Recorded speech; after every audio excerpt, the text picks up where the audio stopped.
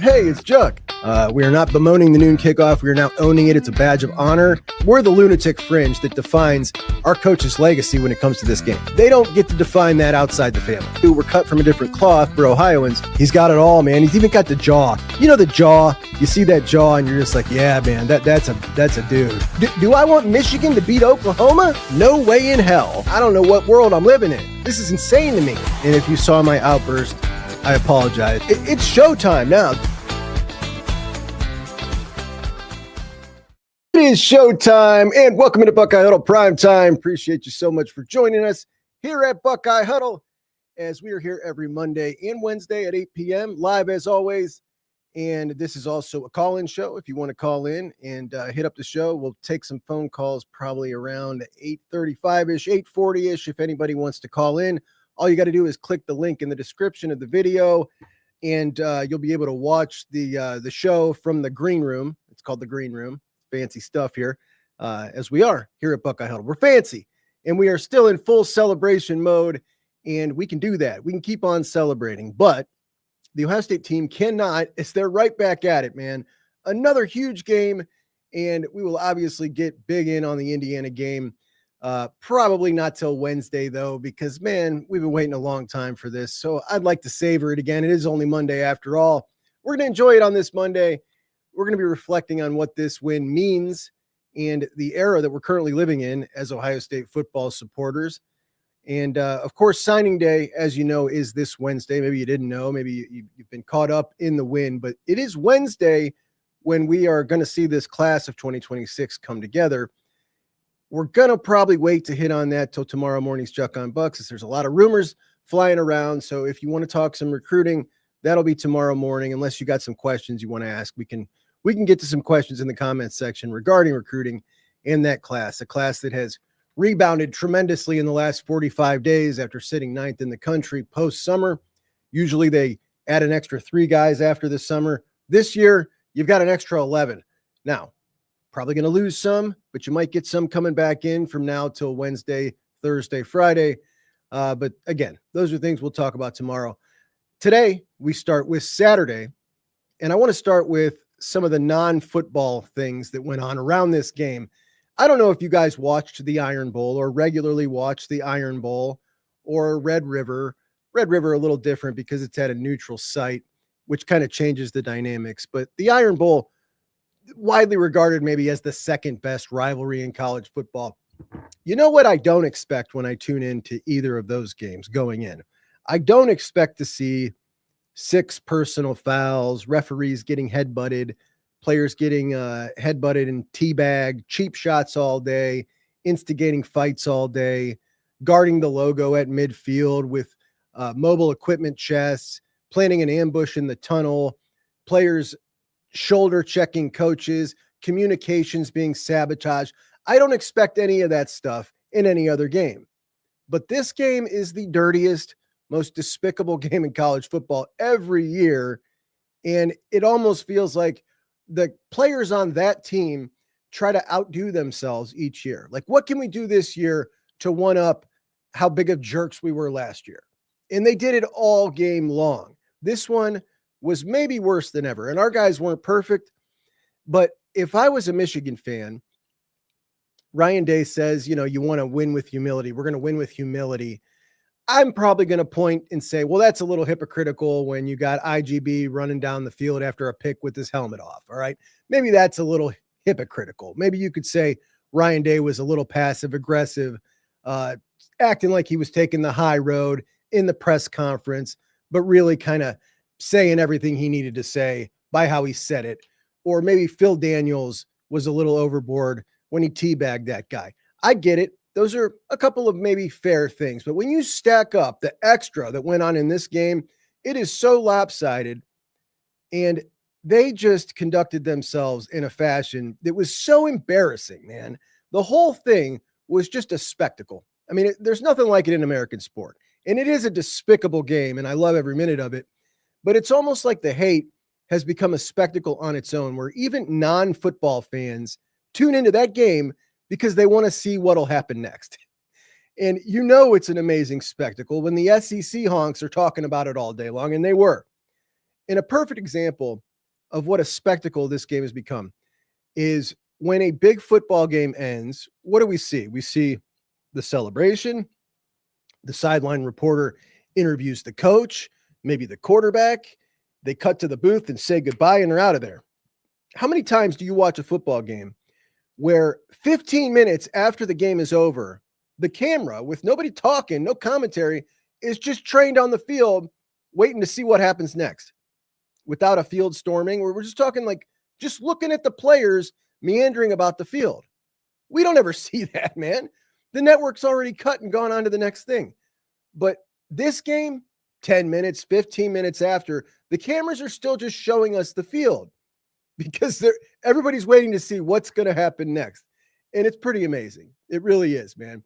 And of course, this year, nothing happened like last year. Obviously, last year, they caught the whole brawl. We got to see the brawl live with commentary from Gus and Joel. And because of that, because of just how out of control it was last year, I assumed that we wouldn't see anything remotely close to that this year. I thought that this year there would be huge measures of security to make sure that something like that didn't happen again. I thought, obviously, at Michigan Stadium, you've got a shared tunnel, which is unique to that stadium. It's a small tunnel for everything that needs to go, for football teams and equipment and everything. It's not a good setup. And I thought that what we would see were probably some cops at the end separating the two teams and ushering them one at a time through the tunnel. We'd see any of that, man. I would assume that if nothing else, the coaches would ensure that their players didn't pull any kind of nonsense. But it's clear that the Michigan staff condones the kind of behavior that their players put on. That's clear. And it's no surprise. I've talked about this team before all this year, man, how trashy this Michigan team conducts themselves. When a player is running the ball and he goes out of bounds on the Michigan sideline, you'll just see the dudes that are swiping at the ball, like guys that are not playing, just out of bounds, standing there. They're just disrespectful, man. They're totally disrespectful to everybody. And this kind of stuff comes from the top. It comes from the top down. It is ingrained in their culture. You literally got a staff where staff members were walking up to the guy in the stands and the guy slapped him. Like we saw that. That happened under Sherrone Moore's watch.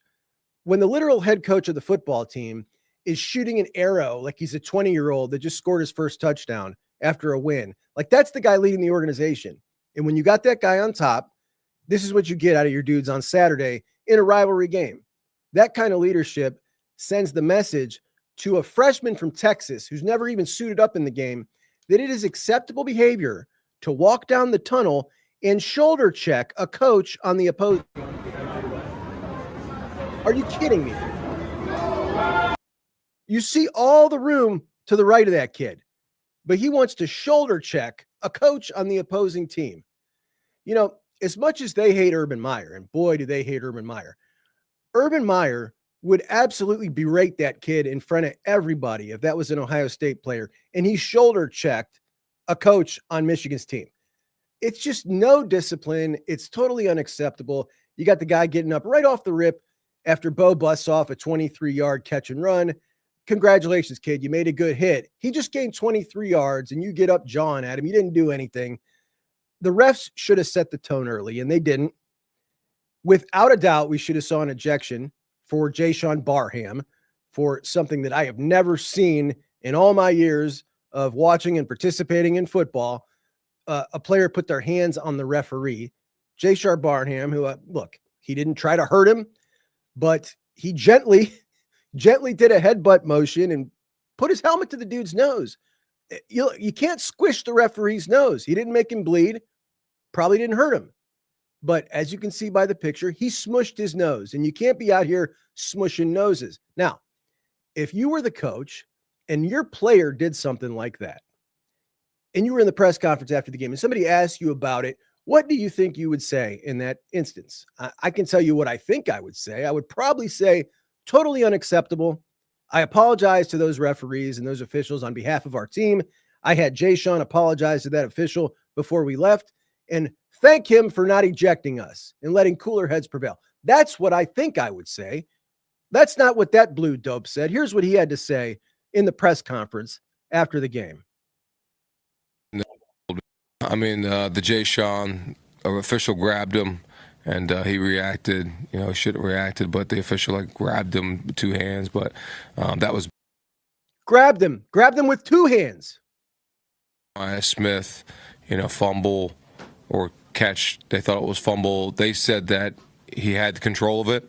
Didn't look like he had control of it, but at the end of the day, it's not my decision on what the official says. So they told me that it was inconclusive and that it made the catch and the call was going to be upheld. So he spent twice as much time talking about a total inconsequential touchdown call than his player headbutting an official. By the way, so did Tom Brady. Tom Brady was at the game. You probably saw him with his stupid hat on. Tom Brady released a little thing on Instagram or Twitter or something about how great it was to be back at Michigan. And sometimes things don't go your way. Parentheses, I still maintain that was a touchback, as if that was some game-defining call, right? The game was contingent on that call with Jeremiah, whether that was a touchdown or a touchback. They're all the same. They're all the same, even when they're 100 times over millionaires. Somebody told me in my comments the other day when I was saying something about a particular fan base that all fan bases are the same. I think that is an absolute insane take, man. In college football, I think fan bases all have their own personalities because they live in a bubble and they have certain experiences as a fan base through the success levels of their team, through things that happen to them, and they live in this little bubble. They live in a little echo chamber, and it shapes how they act and their sensibilities and where they're at, where they live in the country. Like, they all got a personality. It's one of the things I love about college football and interacting with different fan bases. You can pick up on things that are consistent throughout them. If the Michigan fan base were a good-looking woman, they'd be ugly because their personality sucks, man. They suck. Everything about them sucks. Be a man, Tom Brady. Own your loss. You got to own that, man. You cannot fix a problem until you recognize and acknowledge there's a problem. And the truth is, they got a soft team. They got a soft team. They have loved calling Ohio State soft for the last 4 years. It's been the first thing they've gone to every time. That team up there is soft. They got bullied, but they sure did act tough, man. Everything outside of the actual football, they act really, really tough.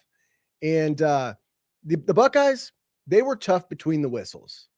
They were tough between the whistles. And when the snow started falling, which they wished for all week, they talked about the weather all week, and that, dang, it's not going to come till after the game, the forecast. Say, well, now it's saying it might be here in the third quarter. They were hoping so hard that snow came, and the snow came, and it took the air out of the ball for the Buckeyes. What did they do? They went on a 20-play, 87-yard drive that took off 12 minutes and 47 seconds. It was the most dominant drive I've ever seen in the game. I mean, they couldn't stop them. And it was just paper cut after paper cut after paper cut. 12 minutes. Are you kidding me? An entire quarter of the game in one drive. Now, it ended in a field goal. Ryan Day didn't like that at all. I thought it was kind of funny. I thought it was kind of funny that it ended in a field goal. But Ryan Day, after the game, man, it was clear that despite playing how they've played all year, which is, look, we don't care about style points. He said if this game was played indoors, that scoreboard probably would have looked a lot different, and it would have, and he would have liked that. Because this game, he wants those style points. They got a phenom young quarterback who threw an interception to the wrong guy. the Saturday before against Rutgers, IGB has an interception. I think it was his first of the year. And as he's running up into the stands, ripping his helmet off to throw the ball to somebody in the stands, we're all watching the telecast, knowing this is coming back, right? There's a flag on the field. Edric Houston had a penalty. It wiped it out. And I'm kind of feeling bad for the guy, especially after he makes that kind of spectacle. Well, you let IGB get another one. IGB gets another one, rips his helmet off, runs down the middle of the field in the snow. And you would think in a normal circumstance, the coach might be really mad at him after that one. Do you think he got reprimanded for that one? I doubt it. I don't know. I'd like to know. I'd like to know if he got a little talking to about that one, but I doubt it. I doubt it. The situation might have called for it, but it's always something, man. If that was something done on our field, I might be a little upset about it if it was a player from another team. But as we know last year, the fight started when they planted that flag for the second time. That was the second time they did it. They did it in 2022. And when they did it in 2022, the Ohio State players got a lot of flack about it. They got a lot of flack from former players, from fans, because they did not defend and not allow them to do that. And they heard that noise. So when they went to do it again in 2024, the attitude was, no, you're not doing this again. We heard Jack Sawyer say that. We heard the pain in his voice. And it sucked, man. It sucked seeing that. And we saw the biggest brawl we've ever seen in a football game. Just another story etched in the rivalry history. And that brawl and that flag planting led to so much talk throughout the entire offseason last year. You even had that stupid lawmaker in Toledo attempting to make it a crime, which was just embarrassing. And the Michigan folks, as recently as Friday, I was on this very channel on a live show with Kevin, and this guy chimes in. Basically, their argument has been this whole time, look, if you win the game, it's your right to plant the flag. And they keep going back to this Texas game. Texas beat Michigan to start off the 2024 season. Texas planted their flag, and Michigan didn't do anything about it. And the reason they didn't is because they got whooped so bad and were getting booed by their fans that they ran into the tunnel immediately, and Texas was out there on the field by themselves. That's why they didn't do anything about it.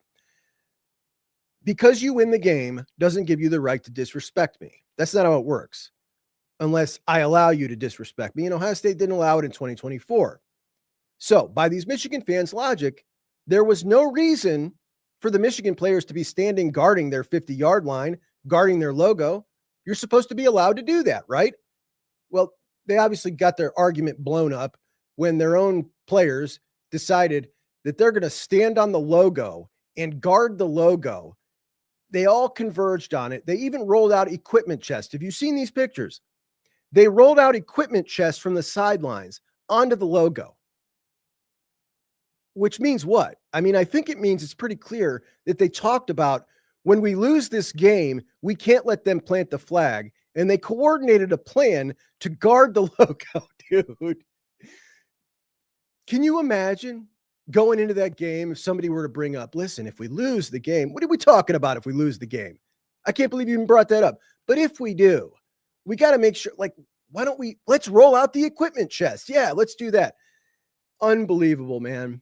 Unbelievable. Now, when we talk about the flags, there were a couple Buckeyes who did grab a little flag here or there and tried to walk to the middle of the field. We got some recordings of some of them. We saw IGB, of course, was involved in one. He got stopped, and then we got a clip that I think will live on for a long, long time of Caden McDonald trying to do it and being stopped, and Matt Patricia stopping him and hugging him and seeing Caden immediately melt into Matt Patricia, which has become a story unto itself. Amazing. The heat that Ryan Day took for the hire of Matt Patricia to what he has done. 7.8 points per game is the fewest points allowed in a regular season since 1990. It's the best defense in Ohio State history, hands down.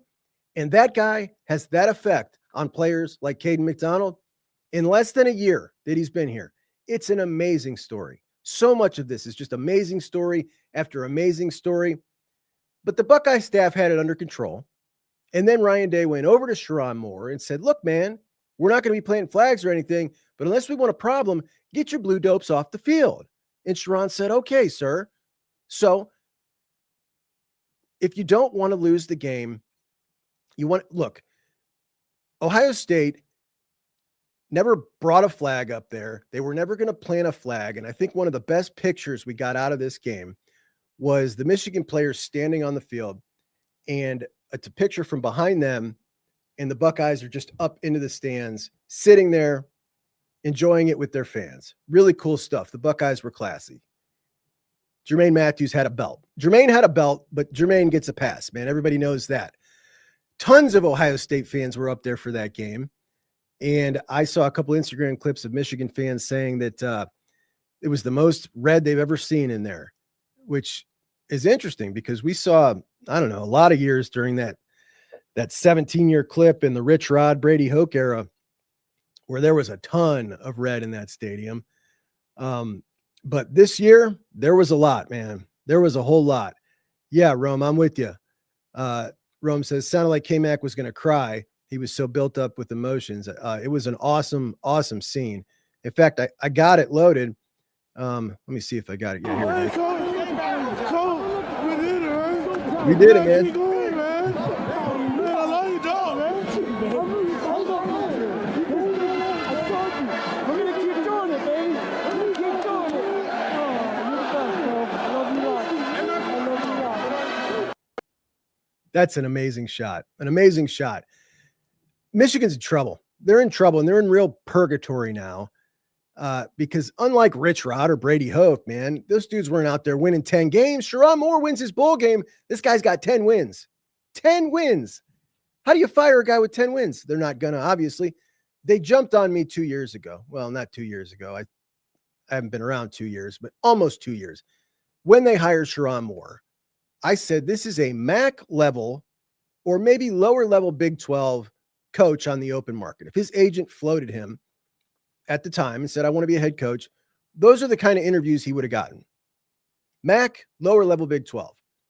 And that's what he would have commanded on the open market.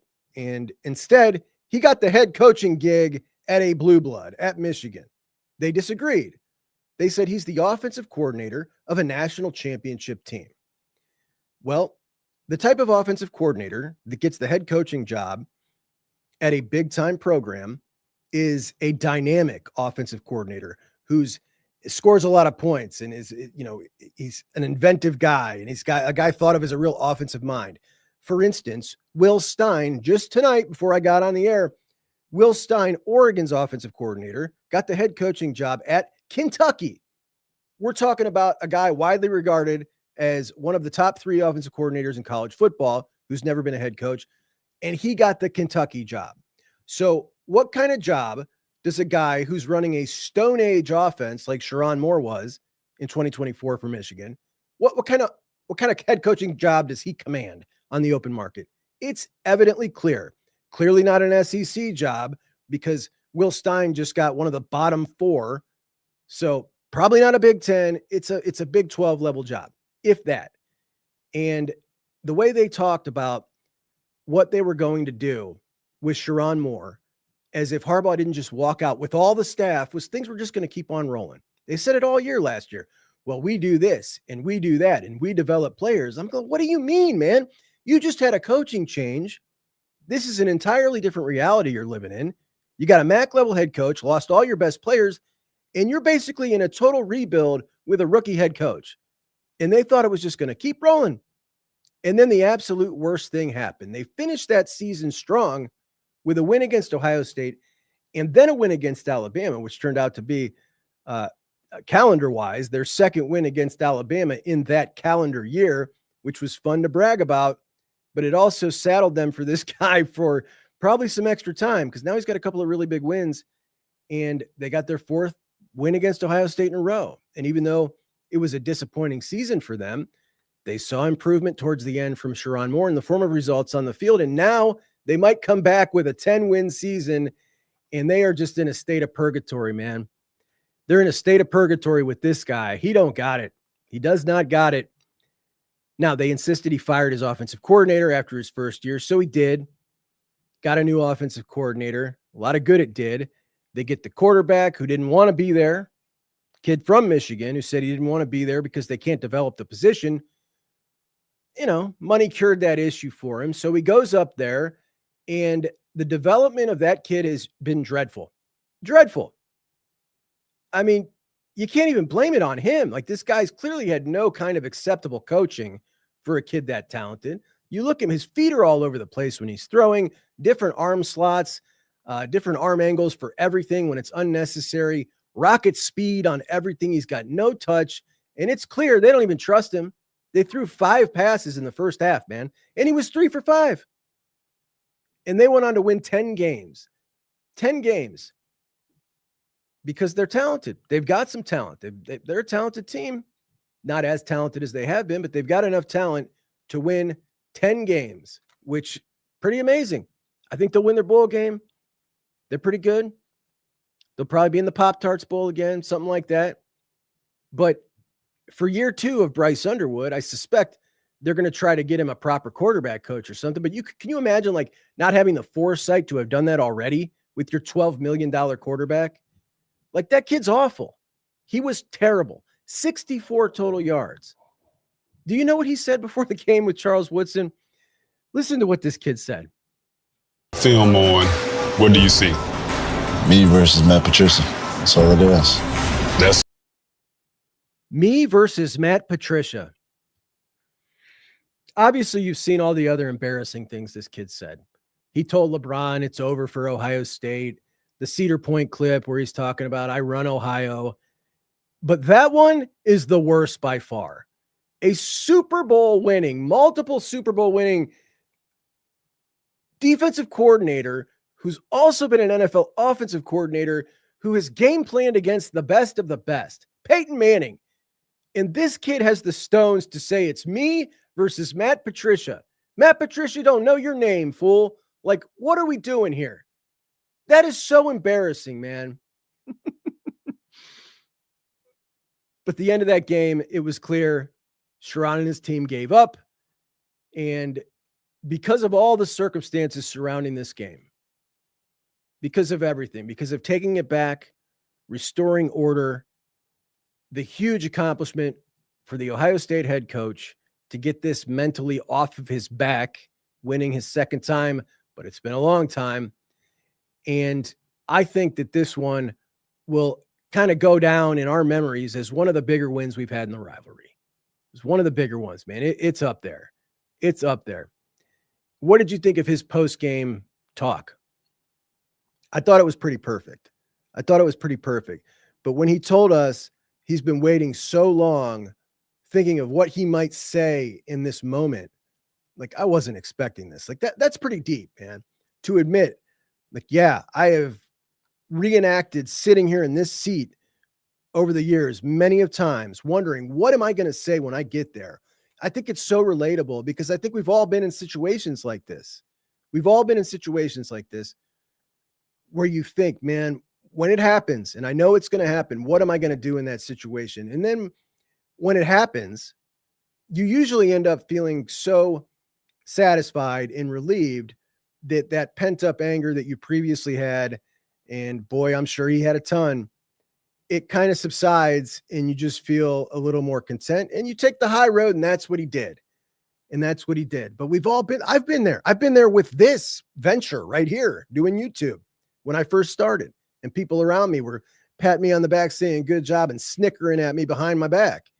All right. What am I going to say when I get to a level where they're not going to snicker anymore? And when I got there, it was just satisfying. And they said, good job. And I remember the ones that snickered, but everything about Ryan Day feels so relatable to me, man. Feels so relatable.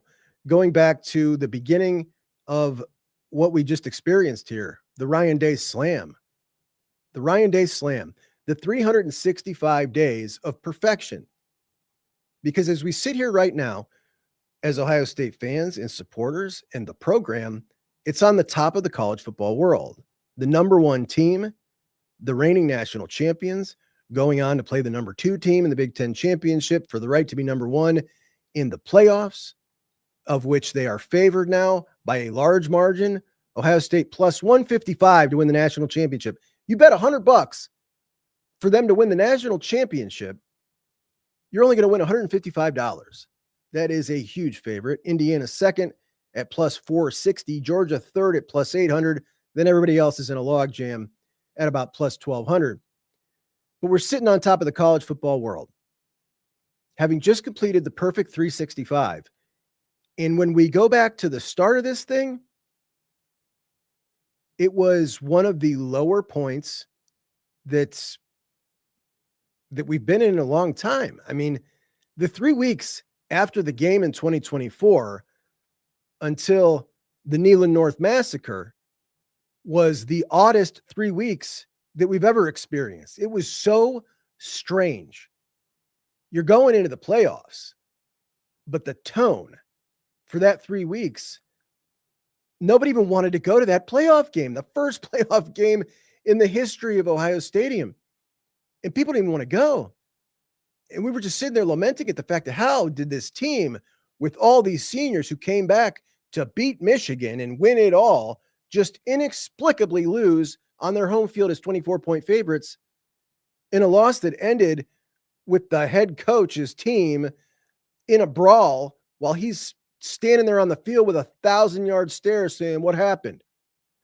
Like, that loss had many of fans who previously supported Ryan Day unequivocally doubting themselves. I spoke to many of them, normal, rational, measured fans, not any kind of lunatic fringe, just normal people who said, I just don't know if I can do it anymore. I always thought, this is the guy, but I don't know if I can support him anymore. If he loses this Tennessee game, I think I'm just out on this guy. Not lunatic fringe people that were saying this. Totally fair, normal people. And it was fair to ask those questions at that time. Now, many had already had their minds made up. And for them, that loss in 2024 was just ammo. I don't know how those people could have been so dug in on that at that point, but there was plenty of them. But that game, that first home playoff game in the shoe, ended up being game one. Game one of this unbelievable streak was the Neyland North massacre. And that game would put in motion what, in my opinion, has been the single greatest year that we have ever experienced as Ohio State fans. Now, not a season year, but a calendar year. It is the single greatest year we've ever experienced in Ohio State football in my life. A streak that included a national championship, a Rose Bowl win, a Cotton Bowl win, a home playoff win, 2 wins against Texas, a win against Tennessee, 3-0 against the SEC, another slaughtering of Notre Dame, a win at Washington, a win at Illinois, a win against Penn State, and an absolute domination at Michigan in Ann Arbor to put a stamp on it. A flawless year of football that we also saw 14 of our players get drafted in the middle of it. And what adds to how impressive it was, the Ryan Day Slam, is the ridiculous amount of turnover with those players moving on.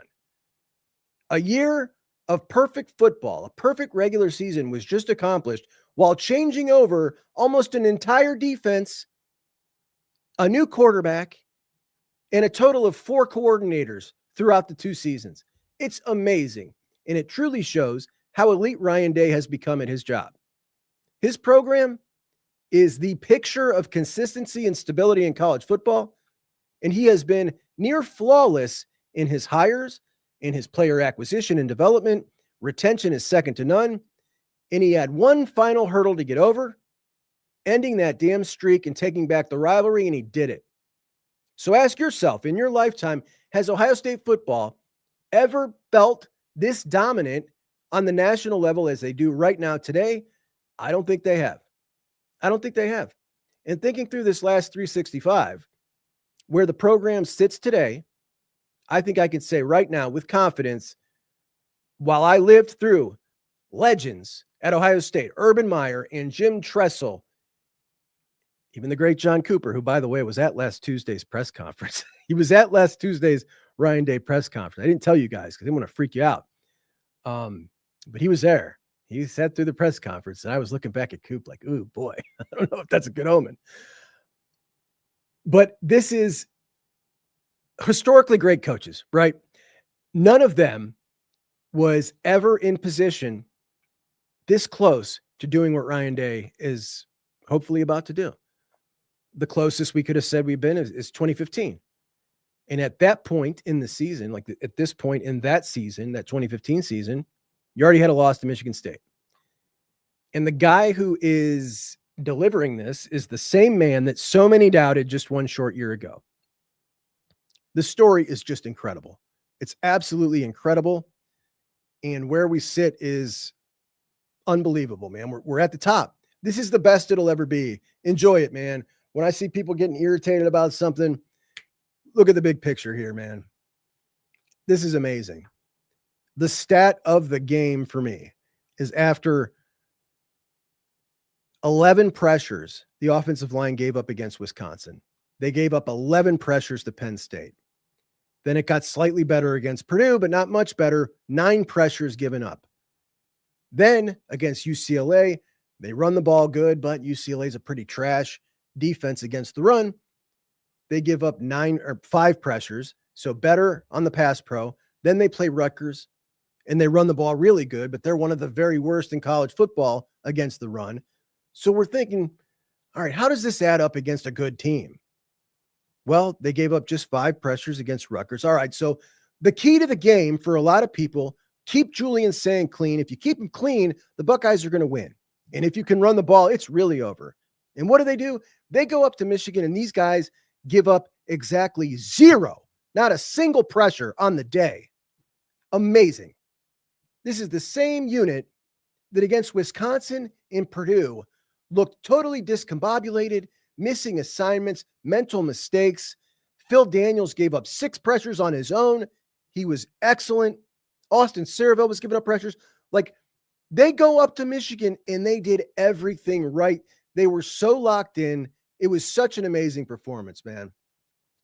And a lot of people thought that this team might be the stepping stone team to the 2026 team, myself included. Some people thought, pretty sizable amount, that this might be the team that falls back and loses 3 games. And they were okay with that because of last year's national championship.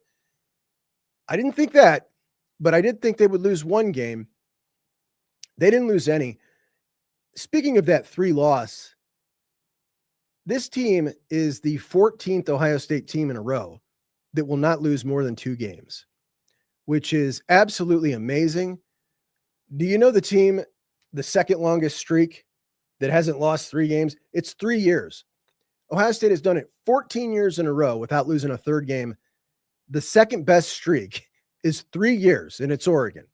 Oregon hasn't lost more than 2 games 3 times in a row. Ohio State 14. That is just astronomical. Total dominance. Things are great, man. It's great to be a Buckeye, but it's never been better than today. Never been better than today. Absolute insanity, guys. Absolutely insane. And Ryan Day has talked all year about the hardware. Like, mission number 1 accomplished.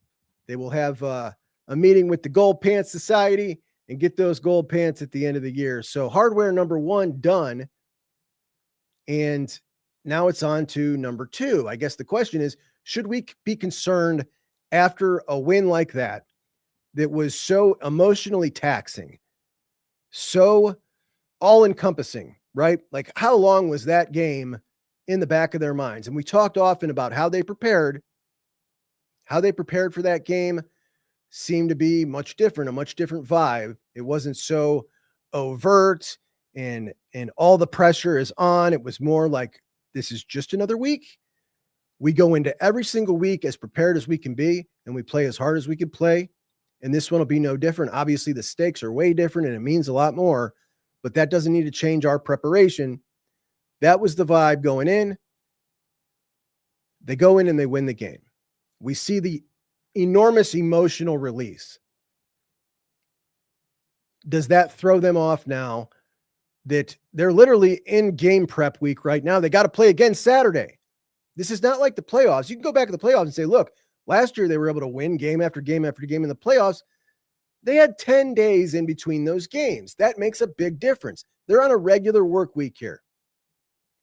I'm still celebrating. You're still celebrating. Like, I'm not even diving into Indiana yet. I'm talking a little bit back and forth with a couple of Indiana folk, but like, mentally, these guys are already turning the page. Tomorrow we'll go down to talk to Ryan Day, and like, you know, it's not often that we see Ohio State have 2 massive games back to back outside of the playoffs. Like, we're in it.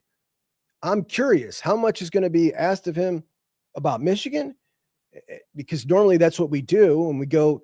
You have a big game and you go in and the next game might not be so big. So you talk to him about the previous game. Or if you just played a dog, you're talking to him about the game coming up. Well, you got a huge game coming up. You just won a huge game. What means more to you? I mean, to me, the order, like the Big Ten of the 3 goals, that's number 3 for me. So like, this game meant a lot more to me than I think a Big Ten title will. But the circumstances of this particular Big Ten title and this particular game against Indiana are enormous. It's a 1 versus 2 matchup. You got that cocky clown. You got their cocky fans. And boy, do I want this one bad too. So these guys straight down to business. Like if any team we've ever had might not be affected by the circumstances that they're heading into now with this huge emotional release from that game, if any team can get over it quickly and get straight to business, I think it's this one with the leaders on this team, particularly on the defensive side of the ball, with Caleb Downs and Sonny Styles, who are like 35-year-olds up here with, 25-year-old NFL bodies. It's crazy, man. Somebody asked today on the Buckeye Huddle post, what are the odds of Ohio State rematching Indiana in the playoffs?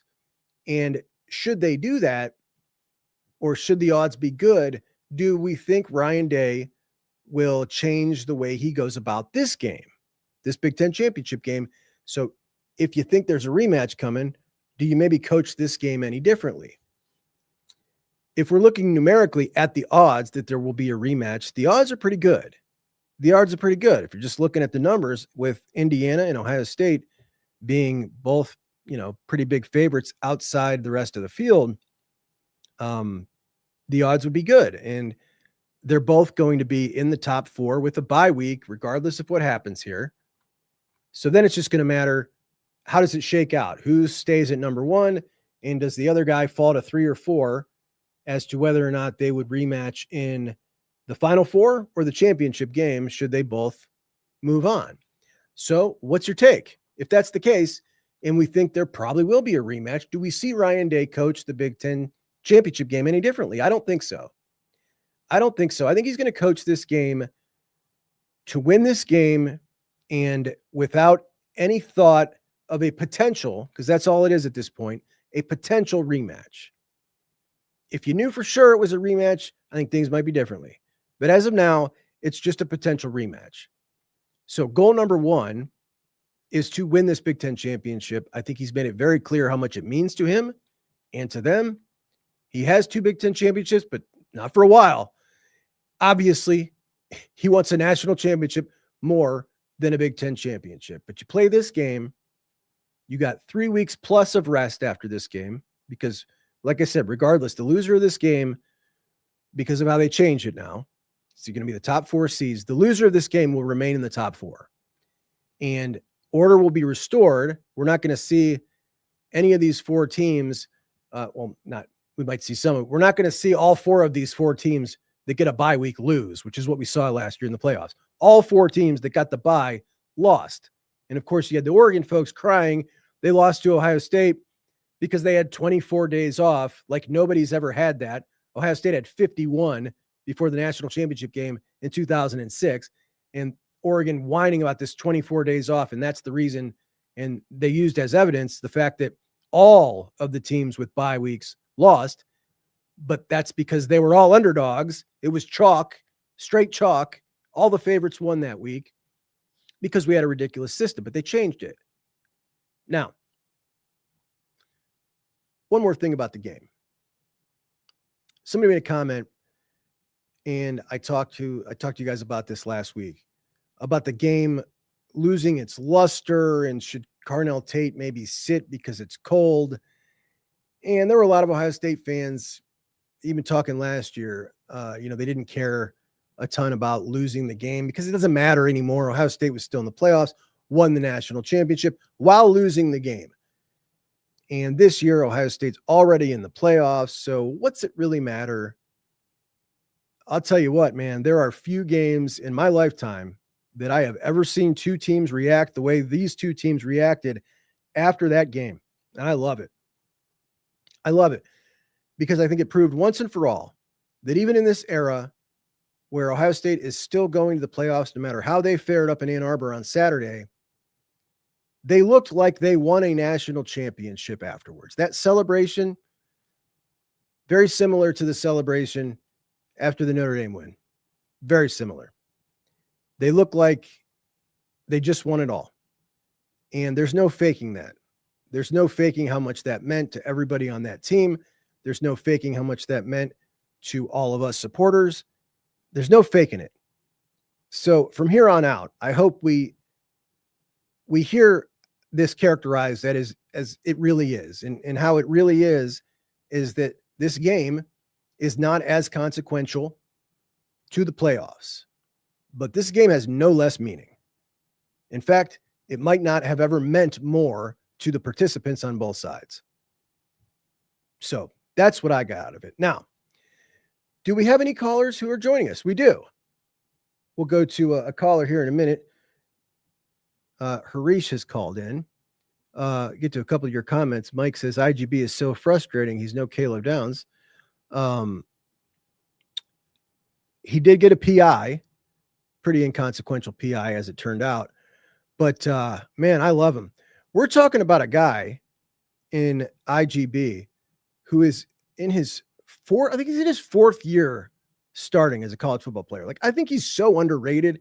One of my predictions heading into this year was that IGB would have a sensational season and become a fan favorite again. And I think he's done that, man. I think everybody loves IGB except for you. I don't know. Emily rewatched today. Matt doesn't have YouTube TV, man. Oh, it's awesome. I hated that they were down for a while, but it's awesome. Tony says history has not been good to Michigan when Michigan State has a better coach than they do. And they do, guys. I don't know about you, but I am so happy. Matter of fact, I've got their helmet out. I did a show yesterday about all the new coaching hires, and I am so happy for Michigan State that they pulled the plug on Jonathan Smith after just 2 years. Like, boom, you're out, you suck, you're done. We made a mistake. And they got Pat Fitzgerald, who, yeah, he had a rough 3 years to end his tenure at Northwestern.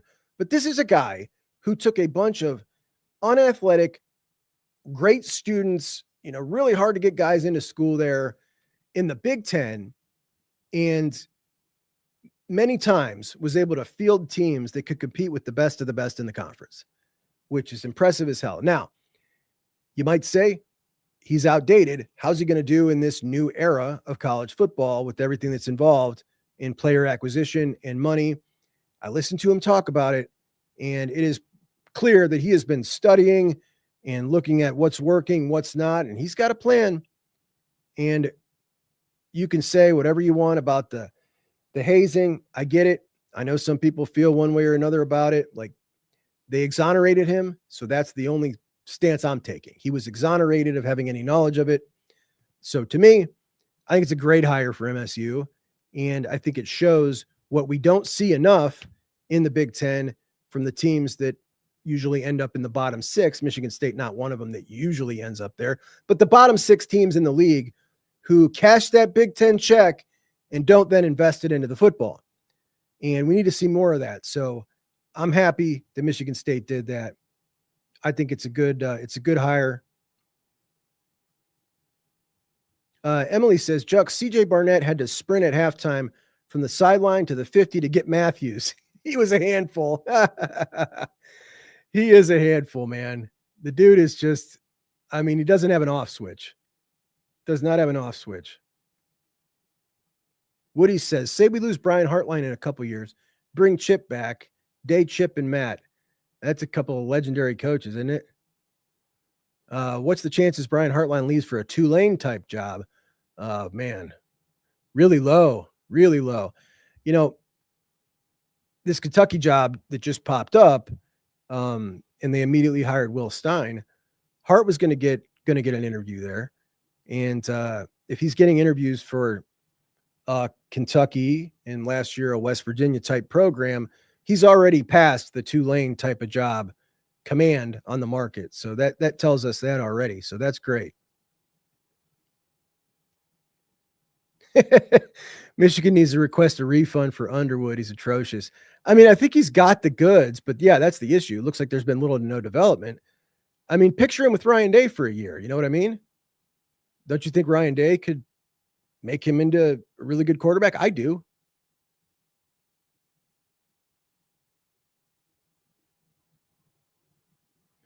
Yeah, Emily, Hartline's brother played there, and he was just recently a GA there.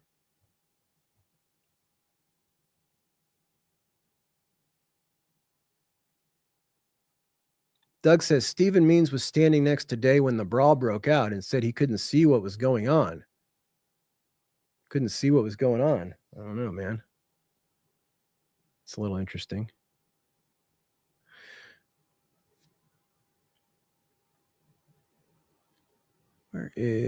All right, let's go to the line. I think we got someone here with us. Harish, are you with us? Yeah, can you hear me? Yeah, Harish, how are you? Good. How about you? Good. Thanks for calling in. Oh yeah, this is my first time on the show. I'm kind of nervous. But you were just talking about Pat Fitzgerald. So I currently go to MSU. I go to medical school there, but I graduated from OSU not that long ago. Fantastic hire.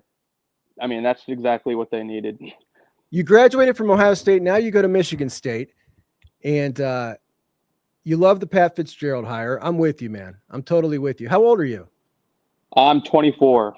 Okay, so you missed a lot of Pat Fitzgerald's great teams, but the dude has been an absolute force. And I was talking about it earlier this year with this Jonathan Smith. Like, man, this guy's got to go. He just doesn't have it. They got a ton of dudes in the transfer portal. He's got a quarterback in Aiden Childs, a great wide receiver in Nick Marsh. They couldn't do anything. I thought they were going to jump up and maybe bite a couple teams this year. They didn't do any of it. They ended up winning their final game against Maryland. But to be able to turn the page as fast as they did, I commend. Like, it's not working. Get it out of here. You made a mistake and move on. So, yeah, I'm with you. Very happy about the hire. Yeah, it seems like they must have had that name in mind. I mean, it was almost immediately after they fired Smith. Kind of seemed, yeah, sorry, 2 weeks. For 2 weeks, they were in negotiations for 2 weeks, and it was all finalized before they fired him. Right. I mean, Smith, he just looked dead on the side. I'm kind of into MSU, but they're so bad that it's been hard to watch them the last couple of years. And even as obviously I'm a student here now, so I try to go to the games when I can, but I mean, it's just brutal. But hopefully they get stuff figured out. But I just had a couple questions. One, actually, this is more of a comment, but yeah. I mean, a guy that I feel like doesn't get talked about enough from the game on Saturday, Kenyatta Jackson. He was kicking there. I think it might have been Frazier most of the game he was lined up against, but he was kicking his ass all game. I mean, him and Caden McDonald too. I mean, they wrecked their game. I mean, their game plan the entire game on offense, I thought. I mean, Kenyatta was in the backfield he was winning almost every one-on-one. Yeah. And when they chipped, Caden McDonald was able to just take Crippen straight to the ground. I mean, that was nice to watch, honestly, especially after last year. Yeah, I think you're right. Kenyatta is, a player who, a lot of people had a ton of high hopes for a big sack number coming into this year, but it was clear that they weren't utilizing him in that way. And he kind of made that clear when one of those Wednesday interview sessions, he said, it was probably middle of the year. He said, I asked Coach Patricia if we could, I could showcase my pass moves a little bit, pass rush moves. And then they let him loose for a couple games, and immediately we see production. So he's got it all. And then we see him in this game, and I thought he was just tremendous. The bull rush, the speed rush, like everything was on point, and he really helped himself a lot. I saw Dane Bugler say that he thinks he's a 2-day pick or a day 2 pick. And obviously that sounds good to us because that means there's room for him to want to come back and potentially get into that first round. So that is honestly one of the bigger, probably the biggest. That's the biggest decision that we're looking forward to this offseason, because for the most part, I think he's kind of the only one that might have a decision that could potentially come back. But I'm with you. He's a guy we probably don't talk about as much as we should, but he's been fantastic all year, really. Oh my God. Yeah. And honestly, if he continues that kind of play in the playoffs, especially next week, I mean, Carter Smith is pretty good, but I think their other tackle is, Indiana's other tackle is Food. I mean, he was getting, obliterated that Oregon game. Granted, they got a very good D-line, but still, I just don't understand how they're going to block up front against that front four we got this year. And then one other comment, I don't want to take up too much of your time, but did you hear about the whole communications getting knocked out during the game? And I saw the video of whoever that was on our sideline from Michigan. Here, let me show the video to everybody. I got it loaded up. So here's the video he's talking about here. So you can see a couple of guys in Michigan gear, and you can see our guys here yelling at him to get the hell out of there. And the commentary around this video was these guys were messing around with the Ohio State comms. And obviously, I don't know if they're standing at the comms. I don't really know what's going on there. You know what I mean? But that's what the word was. So who knows? But I think it's great for the story. It's great for the rivalry. Oh yeah, it's just more fuel to the fire for sure. Yeah, it's fantastic. So I don't know if it was intentional, but I'm going to go ahead and say that it was, and we'll stick to that. It just adds more. I love it. Yeah, and then last thing, do you know, I don't know if you heard about, was the Michigan players actually lining up in the tunnel after the game when everyone was heading to the tunnel, ready to, ambush? Yeah. The Ohio State? Was that true? Yeah. That's what I heard. So, I really thought that what we were going to see at the end of this game was so much police presence. Like, all right, we're not letting this happen again. Like, the adults are going to figure this out. We're going to make sure these guys are in their locker room, and then we're going to bring these guys off. The fact that nobody planned ahead for that almost makes me think like they want to see the chaos, right? Like, how could you, I don't know. If it was me and I was in charge of the stadium security or something, like, there would be a plan in place for this. And I think it would involve, first, we're getting the home team off, or the losing team, get the hell off, let the guys celebrate. But then you got the whole flag thing. And it's just getting ridiculous, man. The game is so overly chippy at this point that it's almost becoming like, usually back in the day when we used to see like little scraps and little fights pop off, it felt like organic. Now it feels almost forced. Like everybody wants to get that highlight now. And it's just a little bit of overkill at this point. Yeah, especially that dude Jair Hill getting in Bo Jackson's face after he ran off like a 60-yard run, tackling him out of bounds. Like, what are you doing? Yeah, that was ridiculous. Like, what's the point of that, man? No, it is what it is. But hey, thanks for having me on. Good talking to you. Yeah, I appreciate you for calling, brother. Thank you. Yeah, and I'm happy for Ryan Day. That, it got me emotional seeing him like talk after the game in the little press conference or the little interview they have. But that's Absolutely. all I got. It was awesome. Thanks, Arish. Have a good one, bro. You too. That is a good dude, man. I liked him. So a Buckeye student who now goes to medical school up at Michigan State.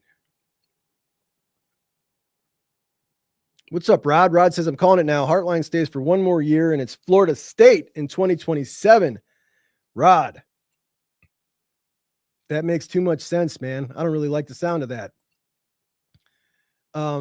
These Kentucky guys were talking about Hart at Kentucky, and they're pulling up all these pictures of Hartline's greatest hits in recruiting and like trying to talk the Kentucky fans who were against that thought. Like, look at what he can bring. Look, he's a great recruiter. You're Kentucky. That's different. That's a different deal. Oh, man. Funny stuff, man. Funny stuff.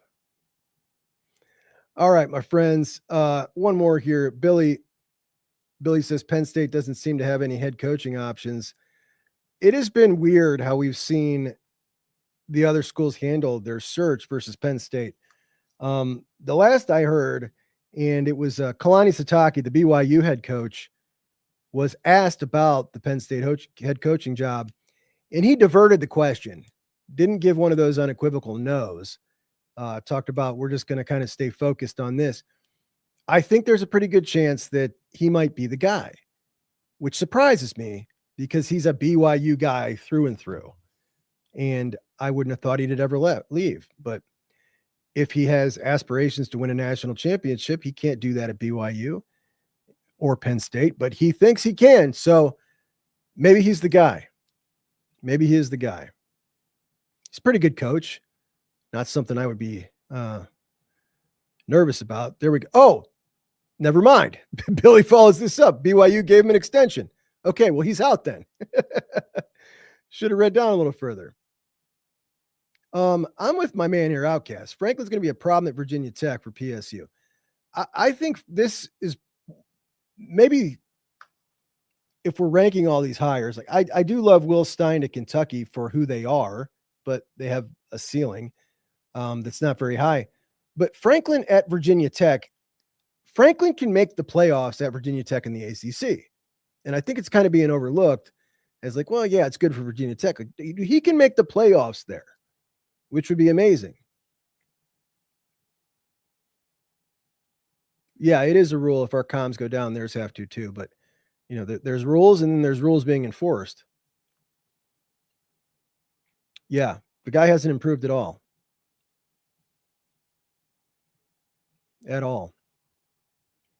So, all right, friends, I do appreciate you so much. Again, we've got obviously a massive day on Wednesday as the class of 2026 early signing day opens up, and we're going to see who's in, who's going to flip, who's going to give us some more anxiety, and we will go over all the potential options and all the rumors and the coming and goings on tomorrow morning's Juck on Bucks.